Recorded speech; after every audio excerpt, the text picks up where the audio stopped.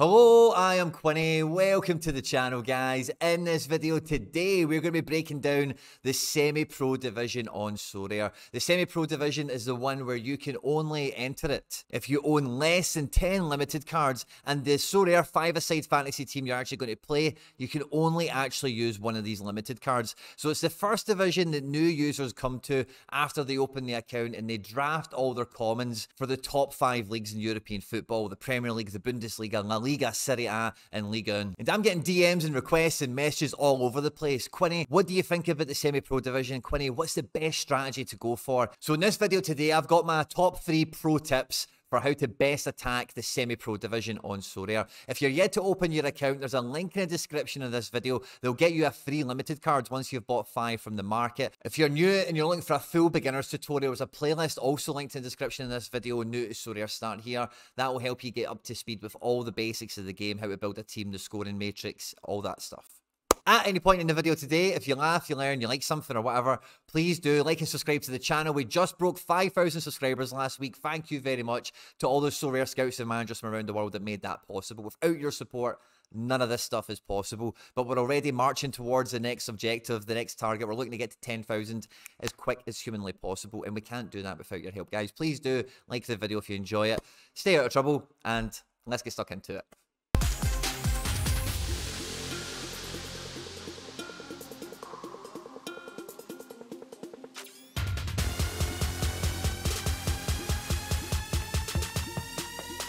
Now, the first tip is pretty obvious and pretty straightforward, so we'll just get that one out the way right early. In case you haven't noticed, the best players in the world and goalkeepers are the most expensive to buy at limited scarcity or any scarcity on Sorare for that matter. So the best strategy when it comes to attacking this semi-pro division is always going to be using your draft to maximize every game week your goalkeeper and as many high value premium players on Sorare from the common aspect of it. Every week on Sorare for all 5 of these divisions across European football, you can do 2 swaps every week on your common cards. So if you don't like the fixtures for the goalkeeper that you've got at the moment, one of your 2 swaps, I would always be looking to maximize the goalkeeper opportunity for a clean sheet or a high scoring all around game. And the other swap, I would always be looking at the most expensive potential player that you could be looking to bring in. If we're thinking about France, we're thinking about guys like Messi and Mbappe. For the Premier League, we're thinking about guys like Haaland and Saka and De Bruyne and all these big, huge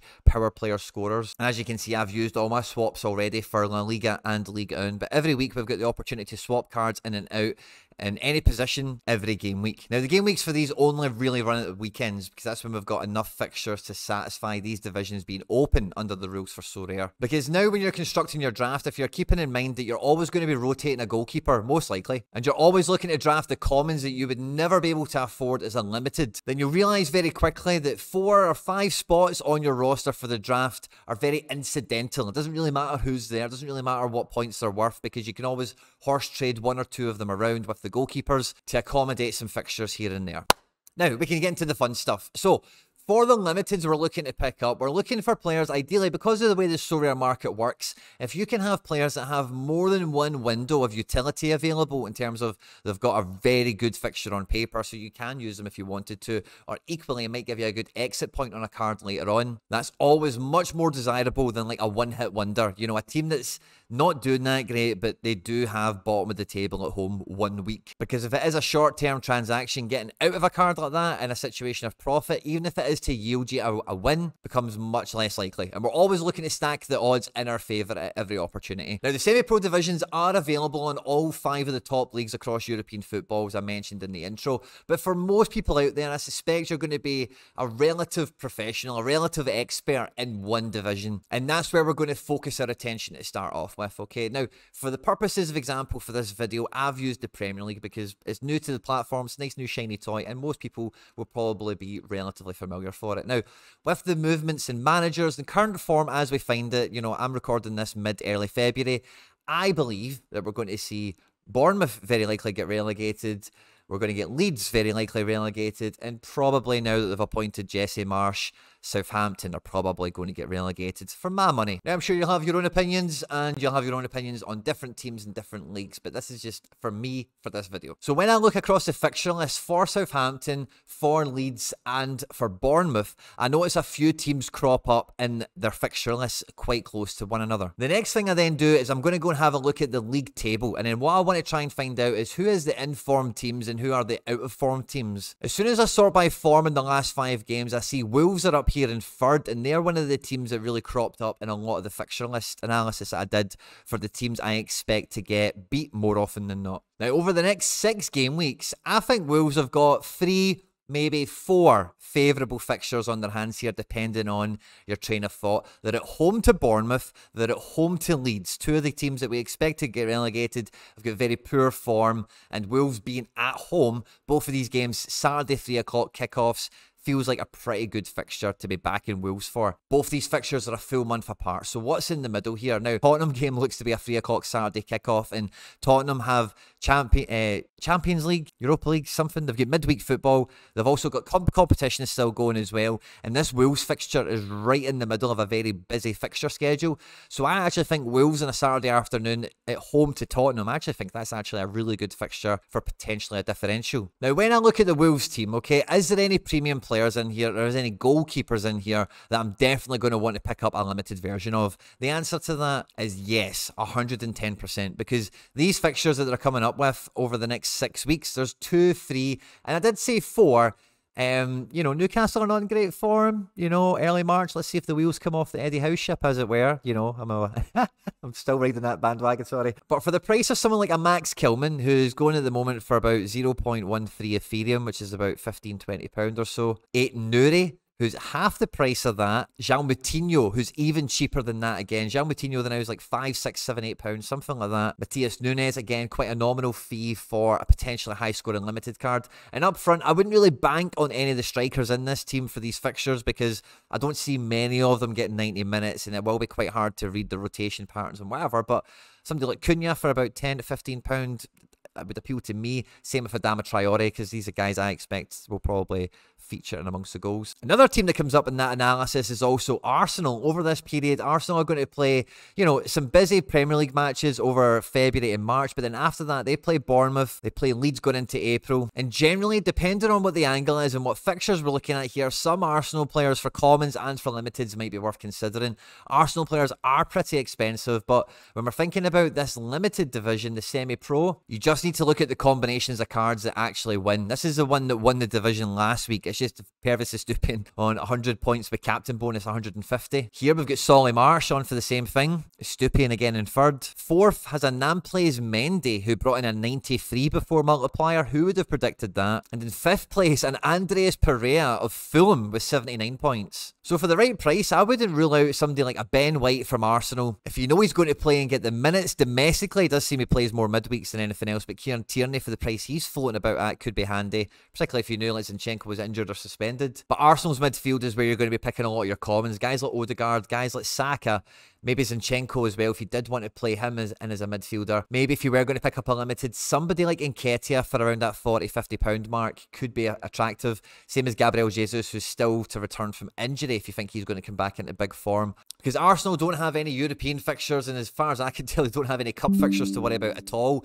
and they will be charging on towards the Premier League at full strength every weekend. So getting any limited kind of boost that we can get from Arsenal's success, I would definitely be entertaining that if you think you can get a good entry point in. And then the third team that came up in my analysis was Leicester. Now, Leicester, their form's starting to pick up. And the thing with Leicester, contrary to Arsenal, is we're probably not really actually interested in many of their defenders, but more of their offensive players. Because no matter what Leicester's form is going to be, they are always going to be, in my opinion, involved in goal-scoring events. You know, they've got so many attack and flair players that, you know, that just seems to be the way of the way it goes for them. They've got a fixture against Southampton here at the beginning of March. They then move into April with a home fixture to Bournemouth, as well as a fixture with Leeds towards the back end of April. Now, I wouldn't be looking at any Leicester defenders, okay, but Ricardo Pereira looks to be returning from injury, and at £5 at the moment for his limited, when he is in the team fit and on form, he will be a very valuable limited captain choice for the semi-pro division if he can come in as a fullback and get like 78, 79, 76, 71 points. Otherwise, in midfield, you're probably going to look to draft James Maddison in if you fancy him to have a big game week. But affordability-wise,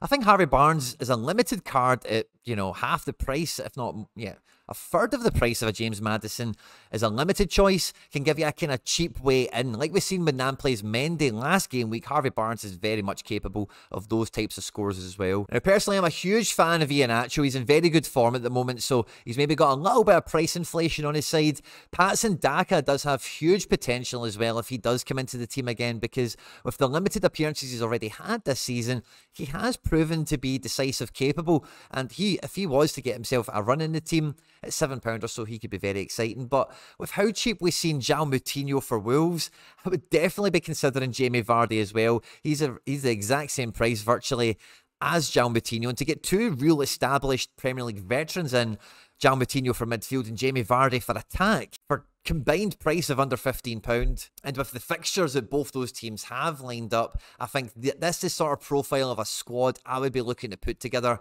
from those different positions across those three different teams to tackle a 6-week kind of window of utility. Now, as we've seen with Leicester, they kind of drag us into week 7 and 8 and 9, which is lovely, and that gives us a little bit of overlap. So if we maybe want to sell some of these guys halfway through this promising cycle and pick up someone else in a different situation, then we should have the flexibility to do that, because we've got three sets of opportunities here overlapping with one another. And the third and final kind of pro tip for this as well is diversifying. If you look through these fixtures that we've just analysed for today in terms of Bournemouth, Leeds, Southampton, and even the Premier League in general, there is a couple of very noticeable game weeks here where it is not obvious from a distance where this game week is going to go, who are going to be the key differentials, who are going to be the power players. But if you look to the continent, there is.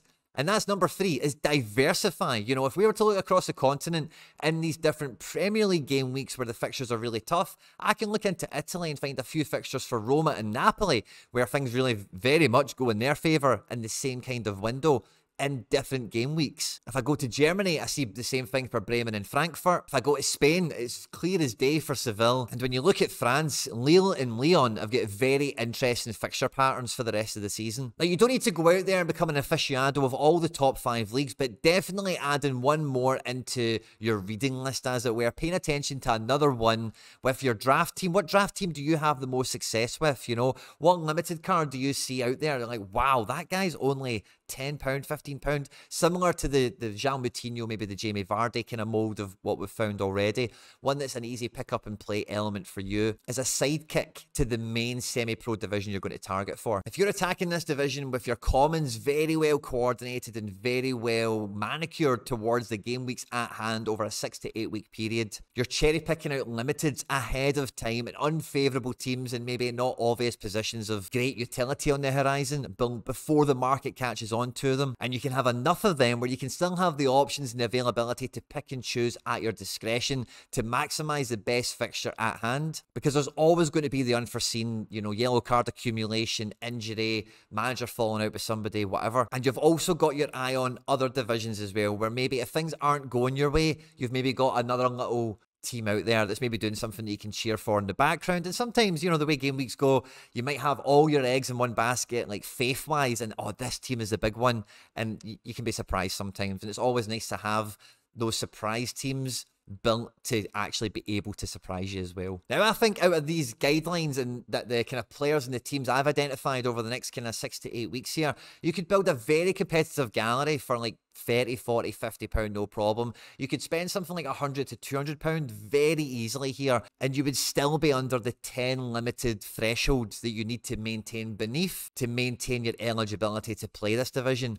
But with, let's say, 9, 8, 10 cards, you will have surplus, and what can we do with that surplus? I'll see you next Tuesday for that one. Take care. Bye-bye.